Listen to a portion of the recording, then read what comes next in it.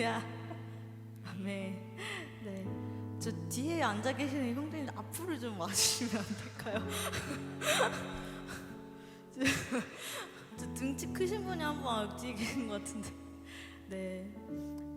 오늘 이렇게 같이 예배 드리게 돼서 너무 감사한 마음으로 또 나아옵니다. 우리 옆에 있는 우리 청년들 지금 우림자매가 잠깐 화장실 간 건가요? 네. 우림자매 오면은 박수 한번 쳐줄까요? 우리 동수 형제도 이렇게 오랜만에 와가지고 너무 반갑고 또 이렇게 같이 또 선재 형제님도 지난주에 못 봤다가 오늘 또 이렇게 뵈니까 아주 반갑네요.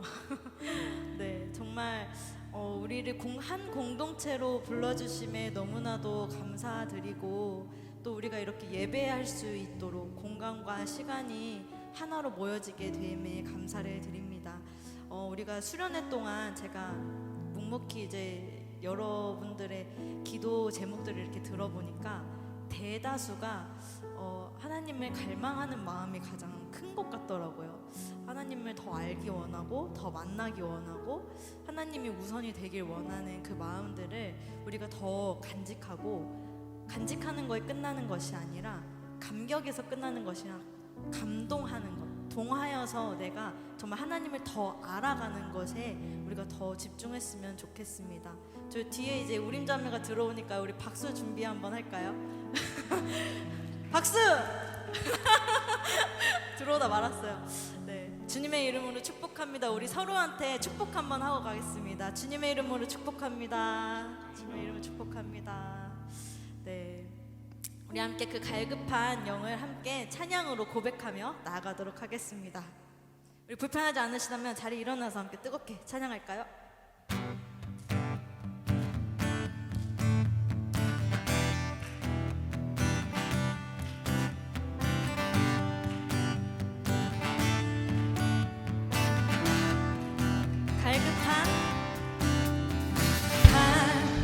갈급한 내 맘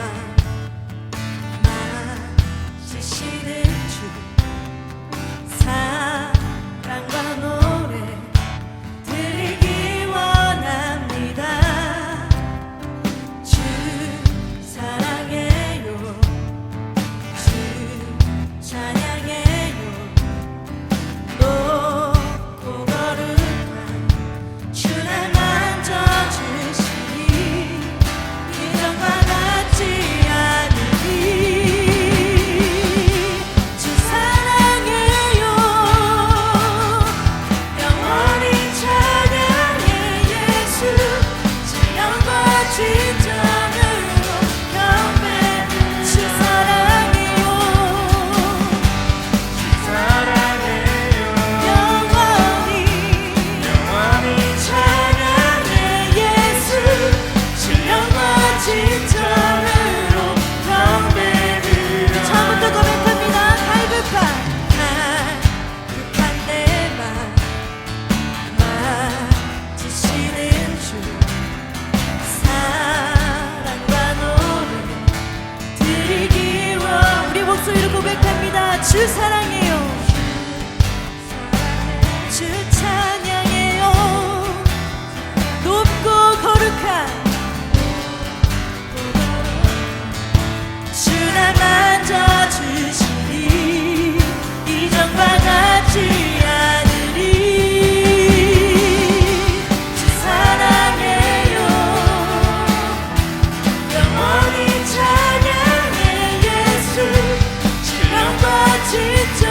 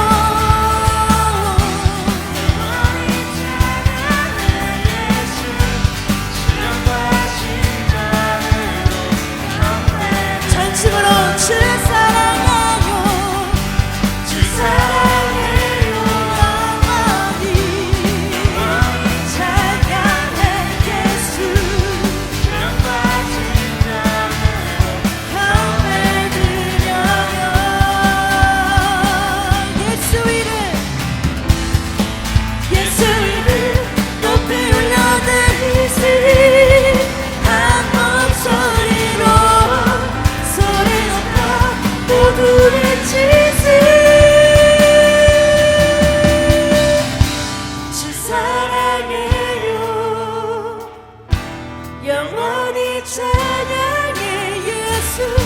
신령과 진정으로 경배드려요. 주 사랑해요. 영원히 찬양해 예수. 신령과 진정으로 경배드려. 주 사랑해요. 진심으로 고백하기 원합니다. 이 온 마음과 정성을 다하여 찬양 받으시기 합당하신 주 앞에 고백합니다. 할렐루야. 주 사랑해요. 마지막으로 주 사랑해요. 영원히 찬양해 예수. 신령과 진정으로 경배드려요. 아멘.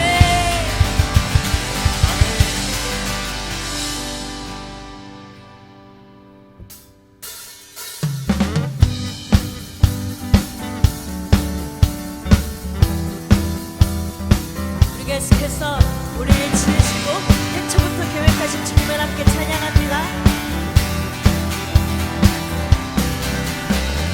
주 따르며 지나온 순간은 승리와 수많은 실수, 그 안에 새겨지는 일을 보내.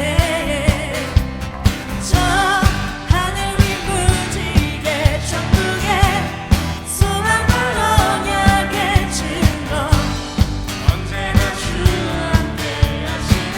벅찬 가슴으로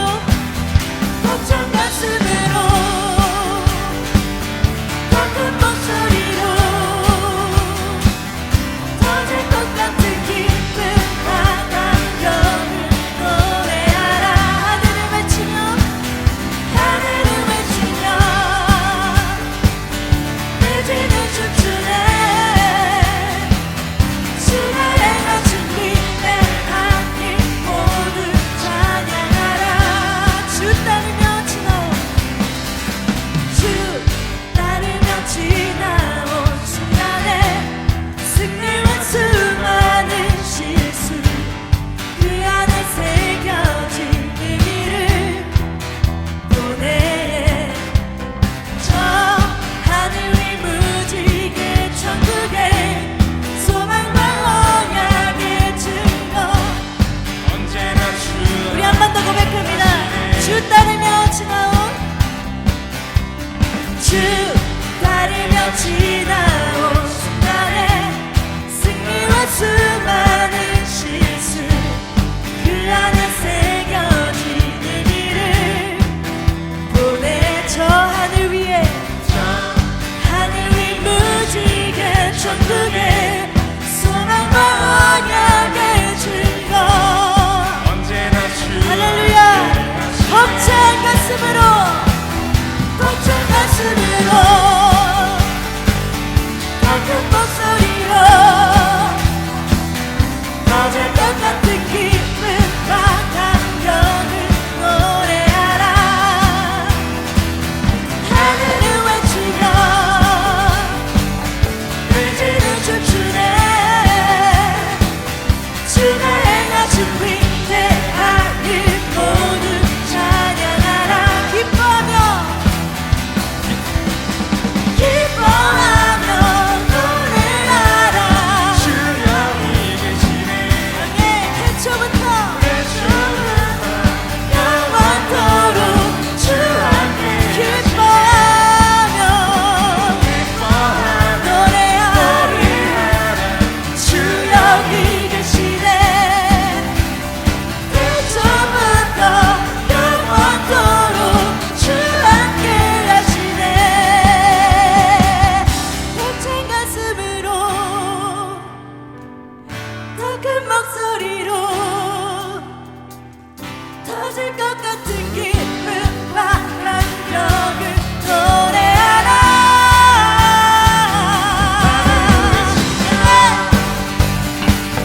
태지는 춤추네. 주가 행하신 위대한 일 모두 찬양하라.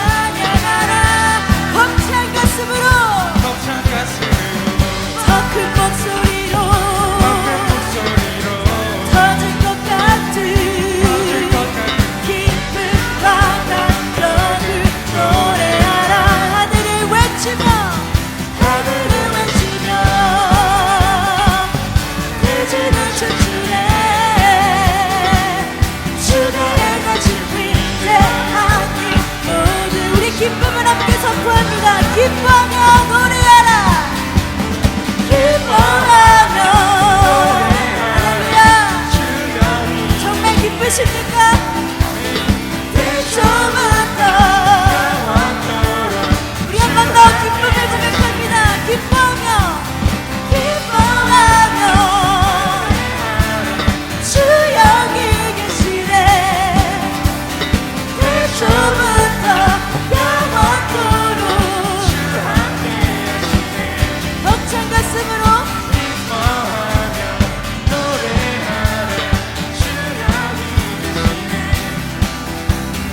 대초부터 영원토록 주 함께 하시네. 벅찬 가슴으로 큰 목소리로 터질 것 같은 기쁨을 남겨를 노래하라. 하늘을 외치며 대지는 춤추네. 주가 행하신 빛의 하늘 모두 찬양하라.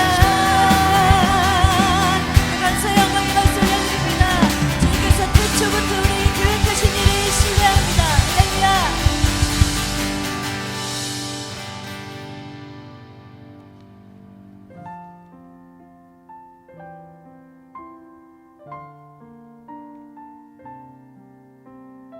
이 시간 우리를 영원한 생명수로 인도하시는 주님께 감사와 영광의 고백의 찬양드립니다.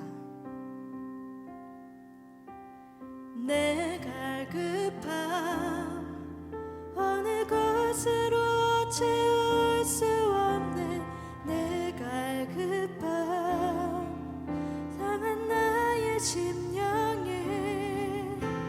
내 갈급함 부르짖는 소리 들으소서.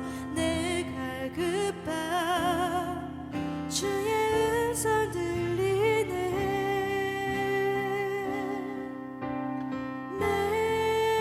내게로 나오라. 영원히 영원히 목마름 전혀 없으리. 내게로 나오라. 가까이 가까이 생명의 근원 되신 주께. 처음부터 고백합니다. 내 갈급함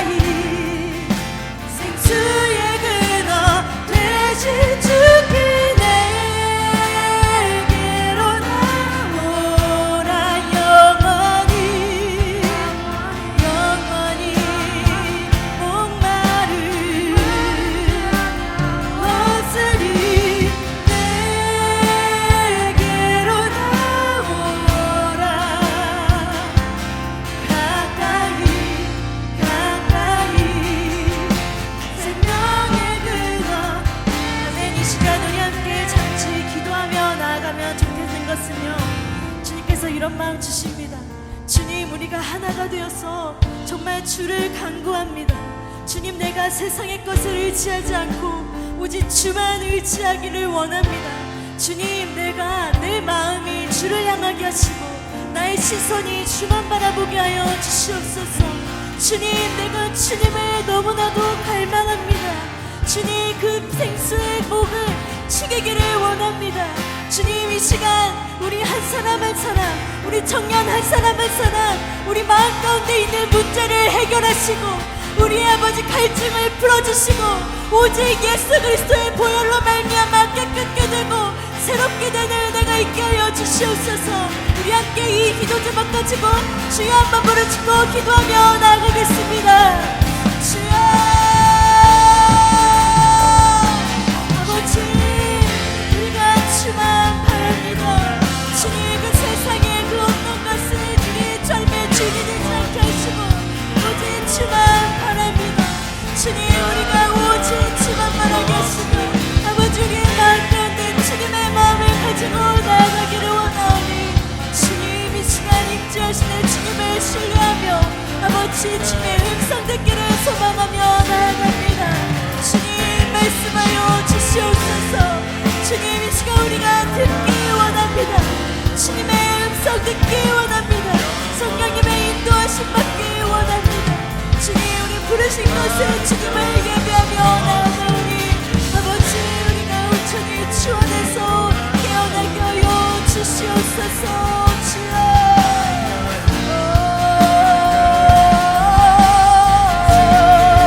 내게로 나오라, 내게로 나오라, 영원히 영원히 영원히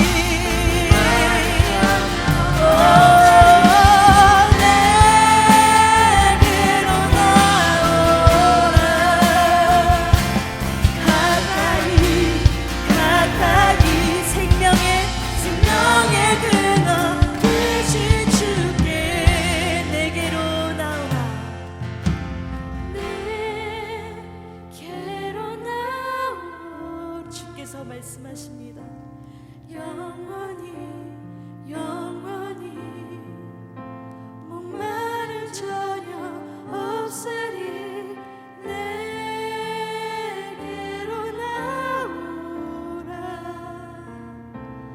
가까이 생명의 근원 되신 생명의 근원 되신 주께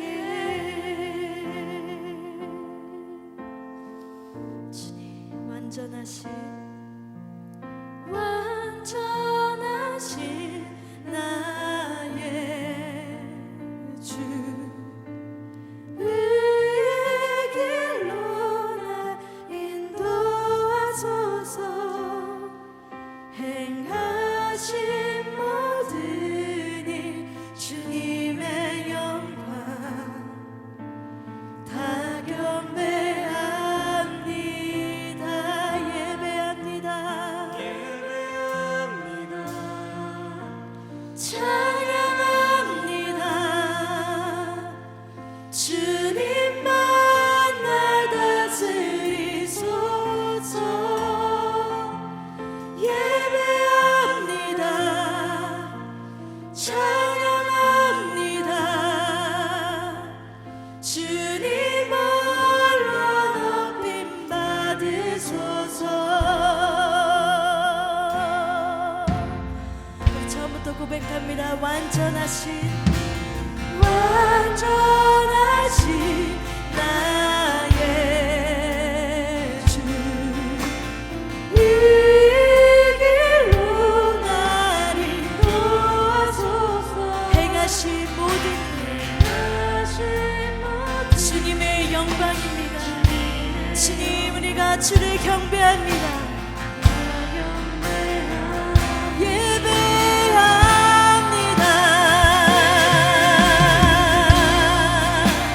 찬양합니다.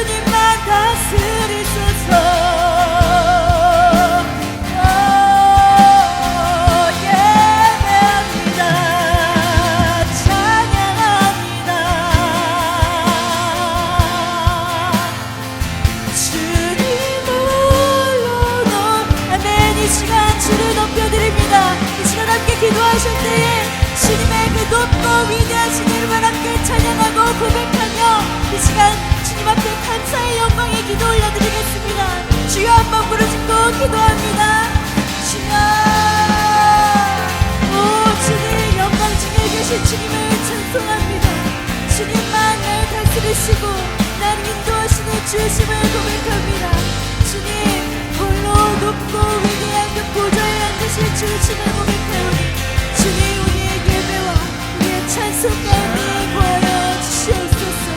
주님의 그 아름다운 인자하신 안에 우리가 온전히 주 안에 거하는 자가 되어지기를 원하오니 주여 인자하여 주시옵소서. 우리의 모든 삶과 영 가운데 주님의 마음을 더하여 주시옵소서. 우리가 주를 더욱더 바라보기 원합니다.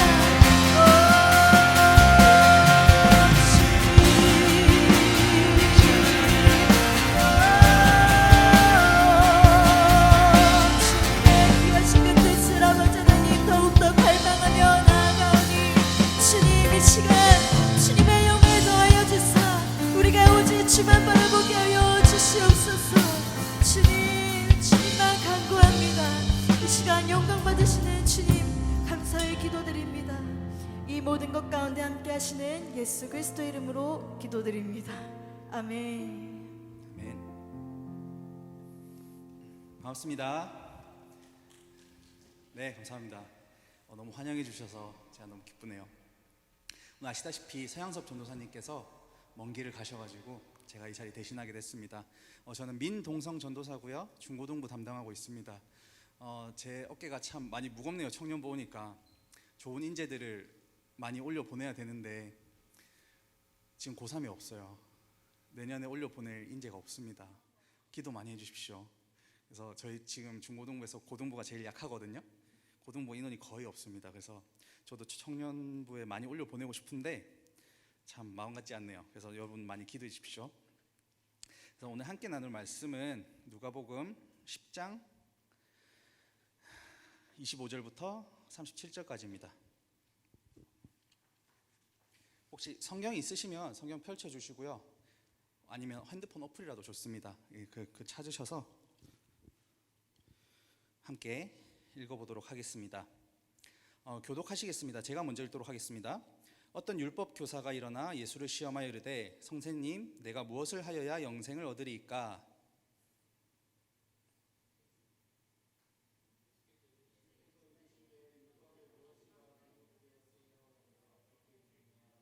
대답하여 이르되 내 마음을 다하며 목숨을 다하며 힘을 다하며 뜻을 다하여 주 너의 하나님을 사랑하고 또한 내 이웃을 내 자신같이 사랑하라 하였나이다.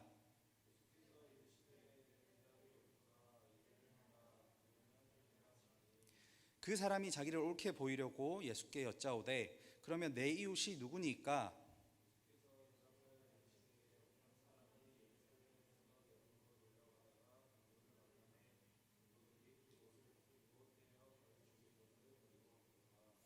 마침 한 제사장이 그 길로 내려가다가 그를 보고 피하여 지나가고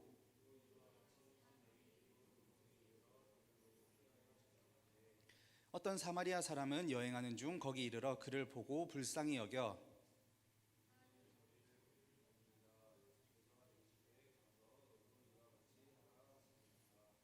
34절인데요 37절이 나오네요.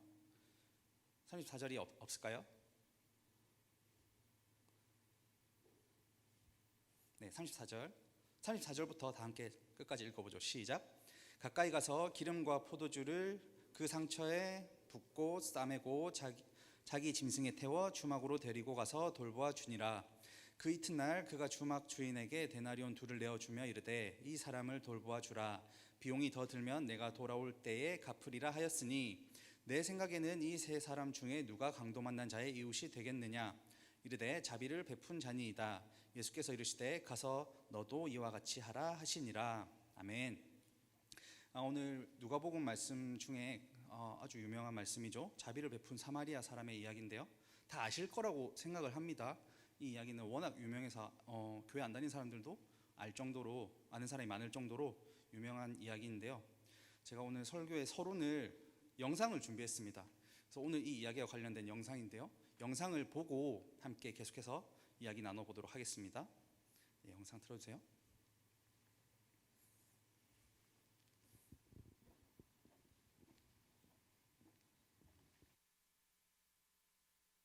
께서도 술을 많이 마시셨고 그런 문제에 있어서 제가 하고 싶은 말은, 제가 그렇게 가까이 있는 사람들의 죽음을 많이 보면서 좀 어린 나이에 우리가 죽으면 어떻게 될까라는 생각을 참 많이 했었어요. 그런 해답을 신앙에서 찾았어요. 가족 중에 한 분도 교회 다니는 분도 없고 주위의 친구들도 그렇게 거리가 멀었지만, 그럼 저는 그런 해답을 찾기 위해 그런 초등학생 2학년 때였나? 그 전 때였나? 아무튼 그때부터 제 발로 걸어 들어가서 교회에 가게 됐어요.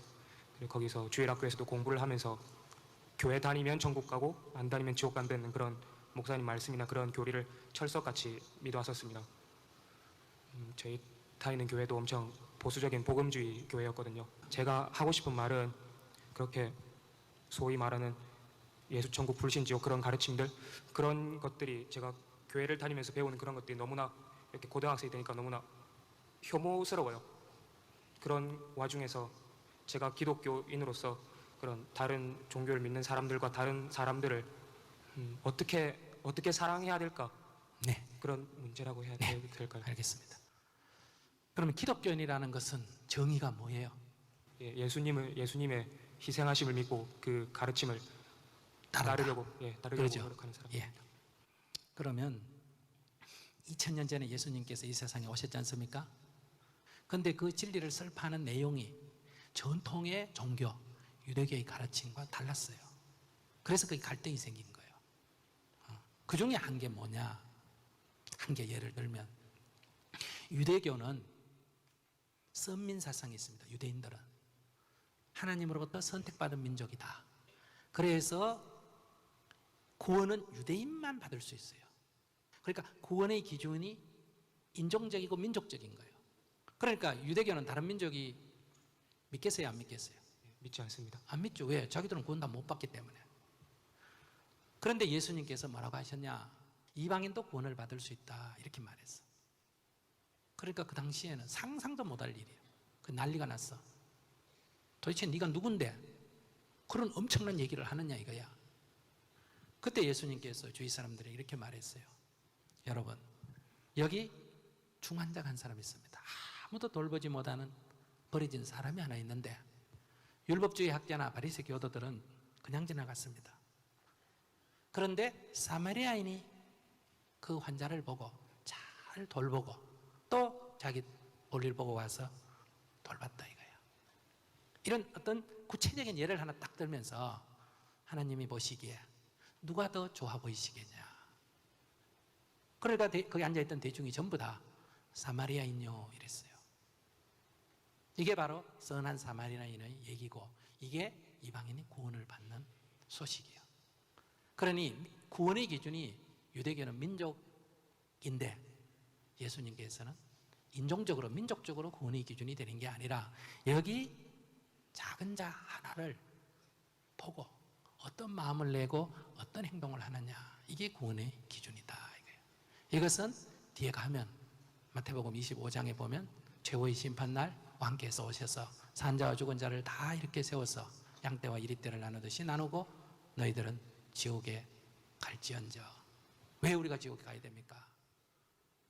내가 굶주렸을 때 먹을 걸 주지 않았고, 내가 헐벗었을 때 입을 걸 주지 않았고, 내가 목마를 때 마실 걸 주지 않았고, 내가 나가네 됐을 때 영접하지 않았고, 내가 감옥에 갇혔을 때 면회 안 왔다 이거예요. 주가 언제 그런 적이 있고 우리가 언제 그렇게 하지 않았습니까? 그러니까 이 세상에서 가장 작은 자 하나에게 하지 않는 것이고 나에게 하지 않는 것이다. 이게 구원의 기준이에요. 이게 성경에 명백하게 기록된 거예요. 그러면 그대로 적용하면 어떻게 되겠어요?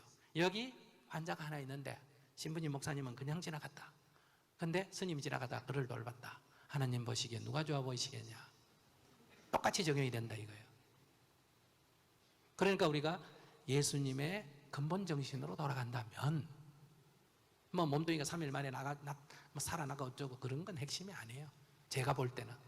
그러니 그걸 딴 종교에서 찾으려고 하지 말고 기독교 속에서 이미 세상에 열린 자세를 갖는 길이 있다. 그러니 예수님의 본래 가르침으로 돌아가시면 돼요. 질문 있으면 하세요. 네, 정말 많은 도움이 된 것 같습니다. 사실 오늘 금요 예배를 갈까 여기를 올까 하고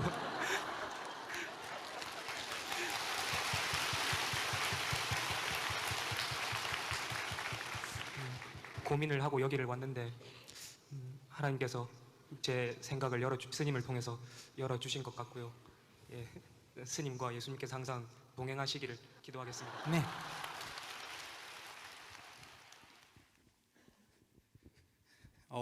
영상 저희 집안은 술이랑 좀 여러분 이 영상 보신 적 있으세요? 처음 보시죠? 네. 여러분은 어떠세요? 스님의 말씀에 설득 당했나요? 인정되나요? 스님의 말이? 제가 이 영상을 보면서 화가 났어요. 두 가지 포인트에서 화가 났는데요. 첫 번째는 스님이 말도 안 되는 이야기를 하고 있어요. 그게 화났어요. 두 번째는 저 고등학생 청년이 설득을 당했어요. 교회를 초등학교 2학년 때부터 다닌 이 청년이 고등학생이 됐는데 한 7, 8년은 다닌 거죠, 교회를. 근데 저 스님의 말에 설득을 당했어요. 그리고 저 유튜브 영상을 보면 댓글이 써져 있잖아요. 많은 그리스도인들이 댓글을 달아놨어요. 많은 그리스도인들이 설득을 당했습니다. 전 너무 화가 났어요. 그 청년이 잘못을 지적하고 싶은 게 아니라 사역자로서 저는 그 영상을 봤을 때 내 임무가 막중하구나. 저 청년이 다닌 교회는 어떤 교회길래 저런 복음이 아닌 복음을 듣고 하나님께서 생각을 열어주셨다라고 대답을 하는 걸까? 그 교회는 도대체 뭐 하고 있었을까? 기본적인 복음에 대해서 왜 설명해 주지 않았을까라는 생각이 들었습니다. 그래서 지금 여러분들도 오늘 이 본문을 함께 나누면서 정말 저 스님의 한 말씀이 맞는 것일까? 아니면 정말 성경이 다른 뜻이 있는 걸까? 한번 살펴봤으면 좋겠는데요. 여러분 이 내용은 다 아시잖아요, 그죠? 한 강도 만난 사람이 쓰러져 있었어요. 그런데 제사장이 그 예루살렘에서 여리고로 내려가는 길에 그 강도 만난 자를 발견했어요. 그런데 그냥 지나갔어요. 제사장은 부정한 것을 만지면 안 되거든요. 그 당시 부정한 것이 무엇이냐? 죽은 것입니다. 그런데 이 강도 만난 사람은 거의 죽게 되었다고 성경에 표현이 되어 있어요. 아직 죽진 않았어요. 아직 부정한 건 아니에요. 그런데 이 사람을 업고 내려가다가 죽어버리면 이 제사장은 부정한 사람이 돼버리는 거예요. 제사장이 부정하면 아무것도 할 수가 없습니다. 제사장은 제사만 지내는 역할을 해야 되거든요. 제사장이 부정해버리면 아무것도 할 수 없습니다.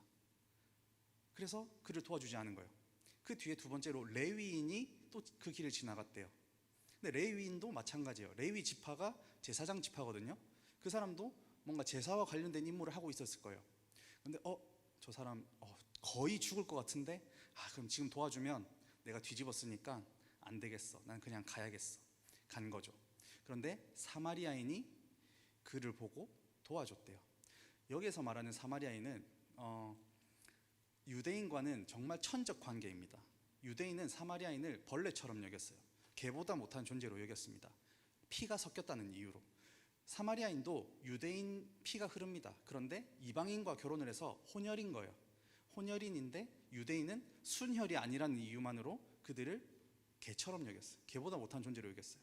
근데 그 사마리아인이 그 강도 만난 유대인을 도와줬다는 이야기입니다. 많은 사람들은 이 이야기를 이렇게 생각합니다. 아까 스님이 얘기했던 것처럼 좋은 이웃이 되어줘야 됩니다. 그리스도인은 이 사람 저 사람 가리지 말고 좋은 이웃이 되어서 자비를 베풀고 이 사람을 최선을 다해서 도와줘야 됩니다. 그래야 예수님이 좋아하십니다. 하나님이 좋아하십니다. 라고 알고 있어요. 대부분 그렇게 적용하고요. 그러면 제가 오늘 말씀의 제목처럼 성경을 어떻게 읽어야 되는지 조금 제시를 하려고 해요. 그래서 제가 추천하는 방법은 뭐냐면, 제가 성경책을 왜 있으면 좋다고 얘기를 했냐면, 여러 가지 읽는 방법 중에 하나가 문맥을 파악하는 겁니다.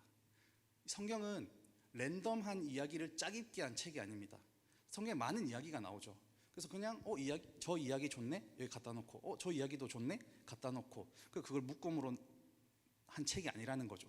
모든 것이 의도적으로 배열되어 있고 규칙되어 있다는 겁니다.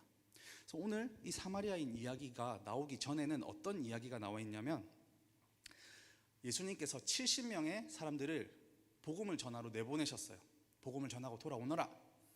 그 사람들이 복음을 전하고 돌아와서 예수님께 보고했어요. 저희 사역 보고드립니다. 했더니 이 사람들이 저희가 예수님 이름으로 복음을 전했더니 귀신도 나가고 병도 고치고 했어요. 정말 신기한 일이 벌어졌어요. 했더니 예수님께서 그래, 나도 사탄이 하늘에서 떨어지는 것을 보았다 라고 말씀하세요. 그것이 오늘 본문 앞쪽에 나오는 이야기고요. 이게 무슨 뜻이냐면 사탄이 하늘에서 떨어졌다는 건 무슨 말이죠? 이전에 세상 권세를 잡고 있던 사탄은 이제는 죽었다는 겁니다. 이제는 하나님이 이 세상을 다스리신다. 이제는 새로운 세상이 열릴 것이다. 그 이름은 하나님 나라라고 하고요. 예수님께서는 사역 내내 하나님 나라만 전하고 가셨습니다. 그래서 이 하나님 나라가 섰다라는 것이 오늘 본문 앞쪽의 이야기고요. 오늘 본문 뒤쪽에는 무슨 이야기가 있냐면요, 마르다와 마리아 이야기가 나옵니다. 마르다라는 사람이 예수님과 제자들을 집으로 초대했어요. 초대하면 우리가 뭘 해야 되죠? 음식을 대접해야겠죠? 그래서 마르다는 음식 하기 위해서 부엌에 가서 열심히 일을 하고 있었어요. 그런데 동생 마리아는 부엌에 안 들어오고 예수님이랑 같이, 제자들과 같이 거실에서 이렇게 이야기하고 있는 거예요. 여기 표현을 보면 예수님 발치에 앉아 있었다, 마리아가 이렇게 되어 있어요. 예수님 발치에 앉았다는 것은 남자들만 앉을 수 있는 자리였어요. 그런데 여자가 거기 자리에 앉았다는 것, 그리고 손님을 대접해야 하는 사람이 그 자리에 앉아 있었다는 것, 엄청난 결례인 거죠. 그래서 마르다가 예수님께 찾아가서 우리 마리아가 뭘 잘 몰라서, 너무 어려서 뭘 잘 모릅니다. 죄송합니다. 제 부엌에 들어올 수 있게 좀 예수님이 보내주세요 라고 얘기를 했는데 예수님이 마르다를 혼을 내셨어요. 그리고 마리아를 칭찬하셨어요. 마리아가 좋은 것을 택했다라고 말씀하시는 게 오늘 본문 다음 내용입니다. 이건 무슨 내용일까요? 이것도 마찬가지입니다. 이제는 이전의 문화에서는, 이전의 세상에서는 너가 부엌에 있는 게 예의 바른 것이고 옳은 것일지 몰라도 이제 새로운 세상이 도래했어. 하나님 나라가 도래했어. 이제는 새로운 방식으로 살아가는 거야. 그래서 하나님 나라에서는 예수님과 함께 성경 공부를 선택한 마리아가 좋은 것을 선택한 거야. 예전처럼 살지 마.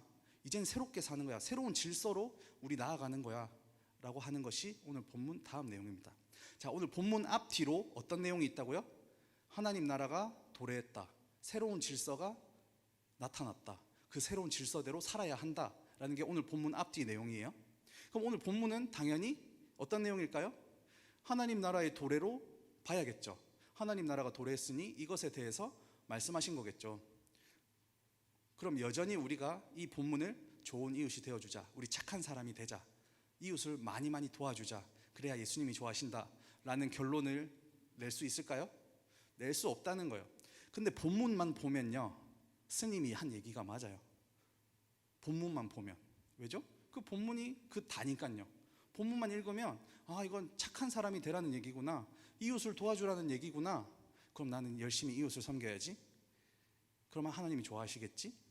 근데 정말 앞뒤 내용 한 단락만 봐도 전혀 다른 내용이 돼버린다는 거죠, 오늘 본문이. 그래서 오늘 본문을 다시 보면요, 예수님께서 이야기하십니다.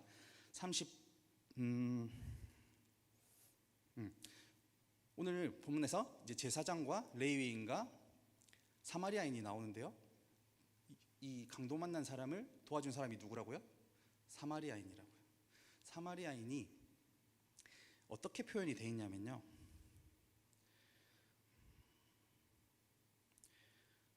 35절에 네 생각에는 이 세 사람 중에 누가 강도 만난 자의 이웃이 되겠느냐. 37절에 이르되 자비를 베푼 자니이다, 이렇게 나옵니다. 우리가 이웃을 생각할 때에는 평등한 관계, 수평적인 관계를 떠올립니다. 그런데 예수님은 진짜 이웃이 뭔지 알아? 이 사마리아인처럼 이웃을 섬기는 게 진짜 이웃인 거야. 불쌍히 여기고 자비를 베풀어 주는 게 진짜 이웃인 거야 라고 말씀하세요. 여러분은 이웃한테, 이웃이 불쌍하게 여기고 자비를 베풀어 주는 그런 사람이라고 생각하나요? 만약에 옆집에 사는 사람이 저를 불쌍히 여기고 내가 자비를 베풀어 줄게 라고 하면 저는 그 사람이랑 이웃 안 할 거예요. 재수 없거든요. 근데 예수님은 불쌍히 여기고 자비를 베풀어 주는 게 이웃이라고 말씀하세요. 사마리아인이 그렇게 했다고 말씀하세요. 여기서 말하는 이웃이라는 게 뭘까요? 우리가 아는 이웃은 아닌 것 같습니다. 수평적인 관계의 이웃은 아닌 것 같습니다. 누가복음에서 자비를 베풀고 불쌍히 여기는 분은 하나님밖에 기록하고 있지 않습니다. 누가복음에서는 하나님만이 불쌍히 여길 수 있고 자비를 베풀 수 있다고 기록하고 있습니다. 그래서 오늘 나온 이 사마리아 사람은 실제 모티브는 하나님이라는 거죠. 하나님이 불쌍히 여기고 자비를 베풀어 주셨다는 것입니다. 누구에게요? 사마리아인이 누구에게 자비를 베풀었죠? 강도 만난 사람. 그럼 강도 만난 사람의 실제 모티브는 누구일까요? 누가 강도 맞았습니까? 우리죠. 우리가 사탄에게 영혼의 강도를 맞지 않았습니까? 하나님과 멀어져 버리지 않았습니까? 하나님이 아니라 다른 것을 섬기고 있지 않았습니까? 그래서 우리는 강도 만나서 거의 죽게 된 상태에 있었습니다. 그런데 그 누구도 도와주지 않았어요.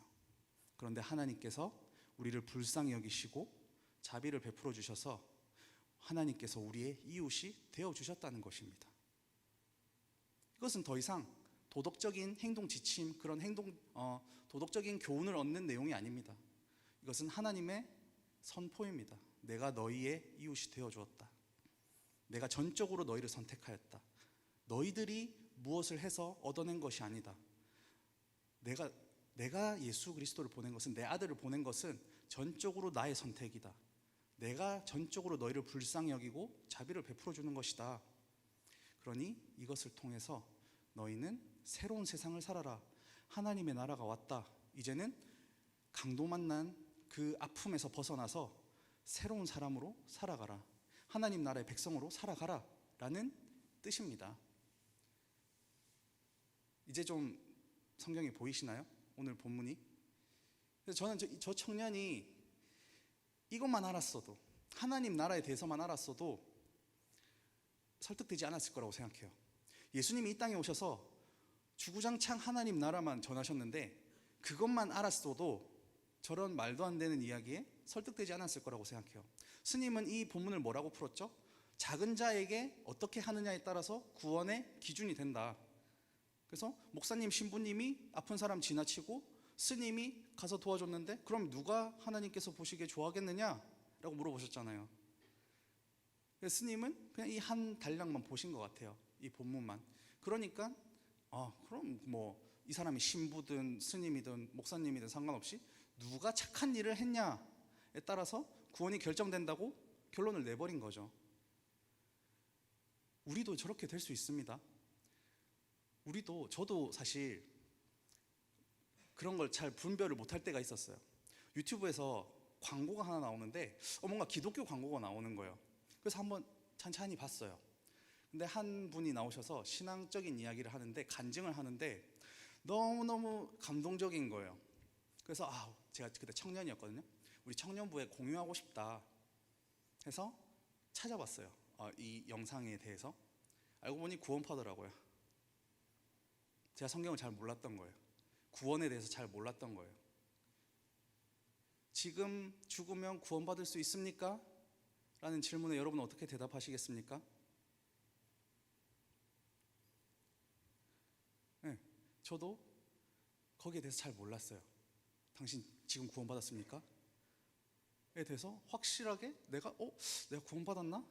아니면 못 받았나? 구원이라는 게 도대체 뭐지? 싶으니까 이 사람이 하는 말에 술술술 넘어가는 거예요. 성경을 모르면 이렇게 됩니다. 성경을 모르면 살짝 섞잖아요. 그러면 진짜 넘어갈 수밖에 없어요. 신천지가 그래서 성경 공부를 그렇게 집요하게 하는 겁니다.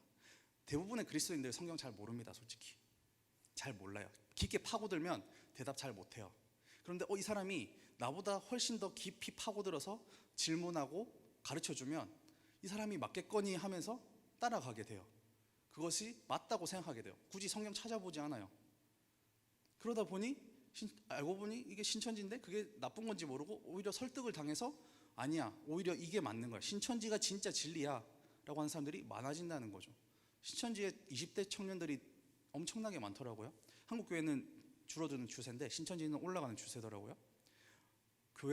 성경을 모르니까 성경을 잘 파악을 잘 못하다 보니까 설득을 당하는 겁니다. 누구에게? 잘 모르는 사람에게, 혹은 작정하고 달려드는 사람에게.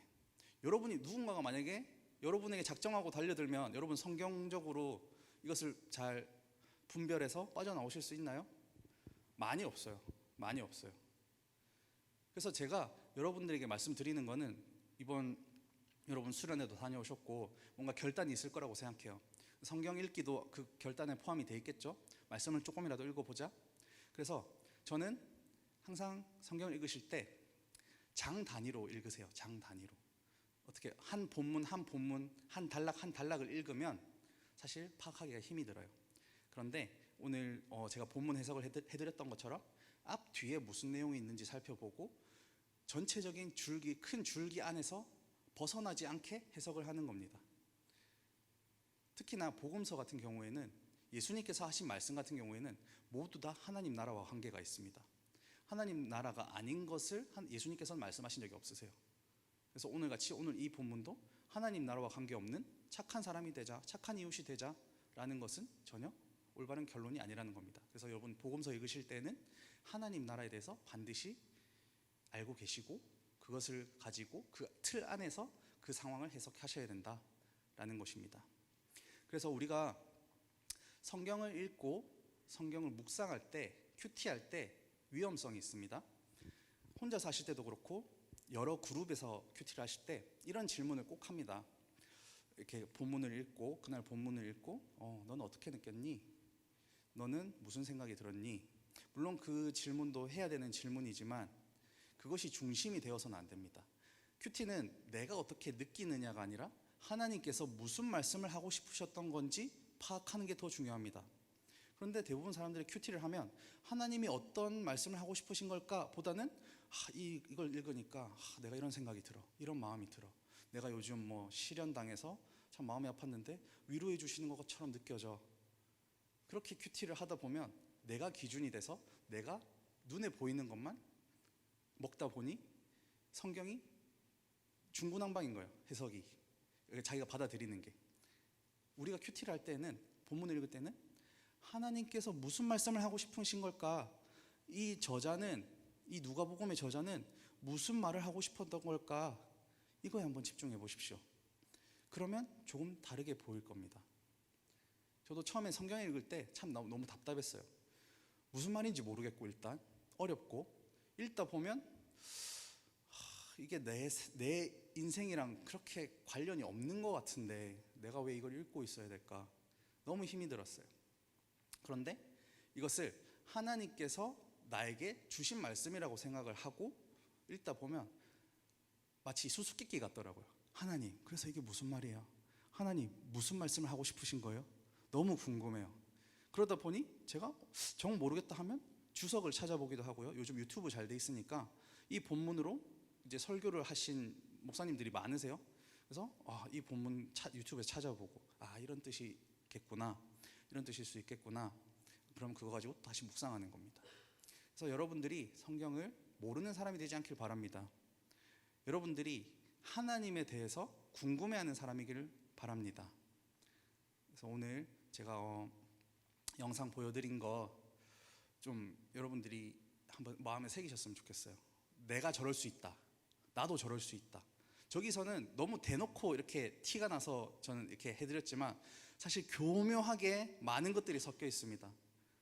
많은 것들이 여러분을 분별하기 힘들게 만드는 게 있습니다. 그럴 때마다 여러분은 성경을 찾아보셔야 됩니다. 성경을 찾아보시고 내가 들은 게 맞는 건지, 내가 들은 게 진짜 하나님의 뜻이 맞는 건지 여러분이 한 번은 검증해 볼 필요가 있다는 것입니다. 그래서 여러분 성경 읽으실 때 맥락적으로 읽으셔라. 앞뒤 내용이 뭔지 한번 살펴보셔라. 그리고 두 번째, 나를 기준으로 하지 말고 하나님이 무슨 말씀을 하고 싶은 건지 생각을 해봐라. 그래서 그 두 가지를 가지고 여러분들이 성경을 읽어보신다면 여러분들이 조금 더 풍성하게 누리실 수 있을 겁니다. 여러분들 제가 또 다음에 설교할 기회가 있을지 없을지는 모르겠는데요. 그때까지 여러분들의 많이 영적으로 성장하셔 있겠죠? 그러면 저도 여러분들에게 지지 않고 저도 더 열심히 읽을 거예요. 더 열심히 읽어서 여러분들에게 더 좋은 하나님의 양식을 공급할 수 있는 그런 시간이 또 갖기를 기대합니다. 기도하겠습니다. 하나님 감사합니다. 이렇게 말씀을 가지고 나누었습니다. 저희가 성경을 읽을 때에 하나님의 뜻이 무엇인지, 우리가 하나님의 마음이 무엇인지 기대하면서 궁금해하면서 읽게 하여 주시옵소서. 이제는 우리가 주인이 되는 것이 아니라 하나님이 주인이 되십니다. 이 하나님 나라에서는 하나님께서 통치하시고 하나님의 다스림을 받는 사람이 하나님 나라의 백성이 된다고 예수님께서 말씀하셨습니다. 이제 나는 없고 자아는 없고 오직 예수님만이, 오직 하나님만이 나의 주인이 되셔서 내가 구원의 길로 걸어가는 그런 하나님 나라의 백성의 삶을 살 수 있도록 주님 인도하여 주시옵소서. 예수님 이름으로 기도드립니다. 아멘. 다 함께 찬양하실까요?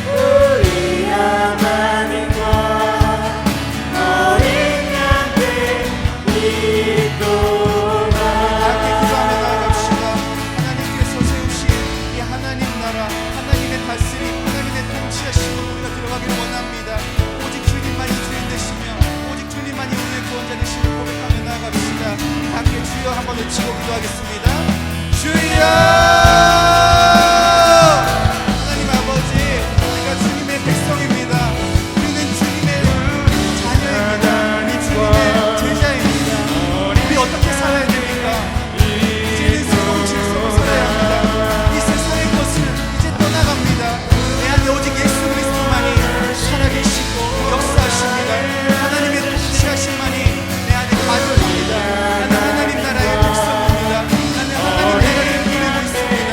오직 주님만이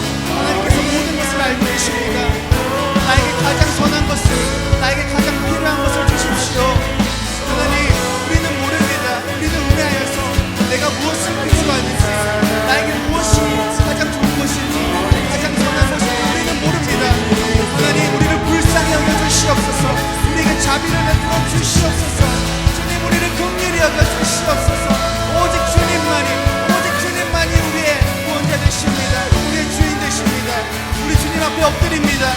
주님께 경배합니다. 나의 주인이 되어 주시옵소서. 나의 주인이 되어 주시옵소서. 주님, 나는 부족합니다. 나는 연약합니다. 나는 아무것도 없습니다. 그러나 주님이 채워주시고 주님이 나의 전부 되어 주십니다.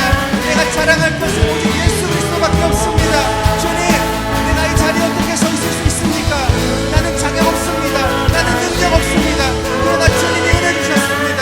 주님이 날 사랑하셨습니다. 이것이 나의 이유입니다. 이것이 나의 자격입니다.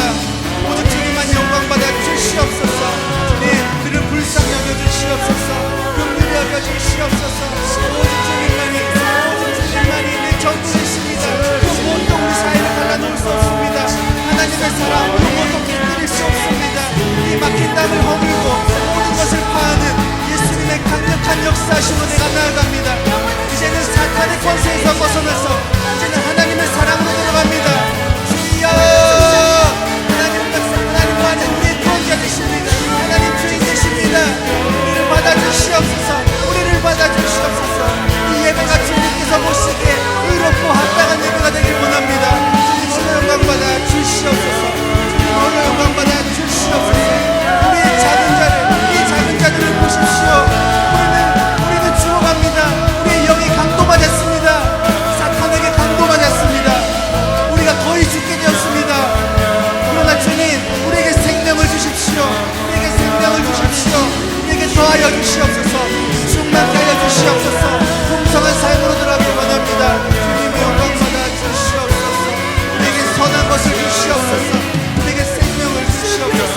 오직 주님만 유일하게 하시는 고백합니다. 그 무엇도 우리를 영원한 생명을 구할 수 없습니다. 그 무엇도 우리를 구원할 수 없습니다. 오직 예수 그리스도의 보혈로 우리가 구원을 얻었습니다. 오직 예수 그리스도의 희생하심으로 우리가 주님께 나아갑니다. 주님, 우리는 이것을 믿습니다. 나의 죄를 위해서 돌아가신 나의 죄를 위해서 십자가 지신 예수 그리스도를 바라봅니다. 주님, 이 못난 자를 위해서 돌아가신 주님, 그 무엇으로도 이 은혜를 갚을 수 없습니다. 어떻게 이것을 갚을 수 있습니까? 그 크신 하나님의 은혜를 찬양합니다.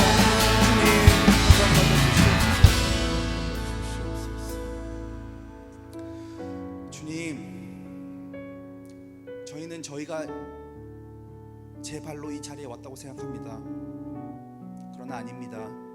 하나님께서 우리를 이 자리로 불러주신 것입니다. 하나님께서 우리를 이 자리로 인도하신 것입니다. 주님께서 우리의 주인이시기 때문입니다. 우리 주님께 순종하며 나아갈 때에 주님께서 우리에게 더욱더 크신 은혜와 사랑으로 부어주실 줄 믿습니다. 우리가 또 한 주를 살아가는데 하나님 백성답게, 하나님 사랑하는 사람답게 살고 버티고 인내하고 처절하게 싸우며 돌아올 수 있게 하여 주시옵소서. 또 이 자리에 돌아왔을 때 하나님께서 풍성히 충만케 우리에게 사랑과 은혜를 부어주실 줄 믿습니다. 주님, 우리를 인도하여 주시옵소서. 예수님 이름으로 기도드립니다. 아멘.